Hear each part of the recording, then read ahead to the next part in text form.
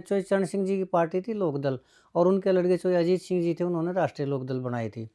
तो उस राष्ट्रीय लोकदल पार्टी का एक नेता हुआ करता, वो शायद पूरे हरियाणा का प्रदेश अध्यक्ष था या जिलाध्यक्ष था, क्योंकि पुरानी बात होगी, और उस टाइम काफ़ी सभी लोग उसको जाना करते। तो मेरा जो ऑफिस हुआ करता ना, उसमें जितनी भी पार्टियाँ हुआ करती, सभी की तरफ से कभी कोई मीडिया पर बारे या कोई और प्रवक्ता या कोई और पीए वगैरह नेता का वो प्रेस नोट देने आया करते सभी मेरे ऑफिस में। तो उस टाइम वो भी प्रेस नोट देने आया करता, वो आदमी भी। तो मैं जो प्रेस नोट हुआ करते, जो काम के हुआ करते, उनको मतलब प्रिंट कर दिया करता, छाप दिया करता अखबार के अंदर। तो एक दिन दोस्तों वो आदमी आया मेरे ऑफिस में, तो मेरा जो स्टाफ था वो उस टाइम मैं तो फील्ड में गया हुआ था, मैं था नहीं वहाँ पर। और जो मेल स्टाफ था वो अपने लंच वगैरह पे, क्योंकि लंच टाइम था, वो लंच पे गया हुआ था। तो एक लड़की बैठी हुई थी और वो अपना लंच वगैरह करने लग रही थी वहीं ऑफिस में बैठ कर। तो वो आदमी आया, क्योंकि वो पहले भी प्रेस नोट दिया करता है, तो वो लड़की भी जानती थी।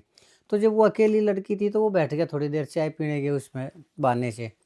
तो उसने उस लड़की को कहा कि क्या तुम राजनीति में आना चाहोगे?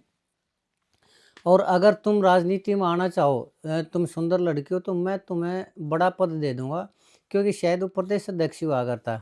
तो उसने कहा कि मैं तुम्हारी न सिर्फ राजनीति में एंट्री करूंगा, शुरू में बड़ा पद दूंगा, और मैं जो बड़े राष्ट्रीय स्तर के नेता उनसे मुलाकात करवाऊंगा, रोजाना तुम्हारे अखबारों में नाम आया करेंगे। और जैसे ये बहन जी मायावती जी हैं, ऐसे ही तुम भी फेमस हो जाओगी और एक बहुत बड़ी नेता बन जाओगी तुम।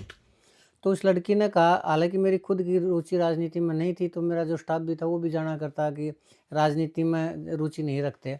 तो उन्होंने कहा कि सर क्या करना पड़ेगा?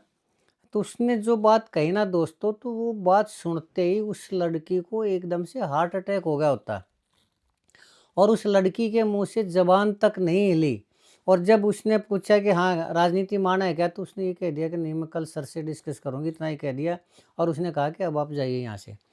तो उसने कहा, नहीं, नहीं, दलाल साहब को बताने की ज़रूरत नहीं है, तो आपकी और हमारी बात है, और जब बड़ी नेता बन जाओ तो अपने आप ही दलाल साहब को पता चल जाए। बोले कोई बात नहीं, मैं कल बताऊँगी। बोला ठीक है, मैं कल आऊँगा, मुझे कल जवाब दे देना।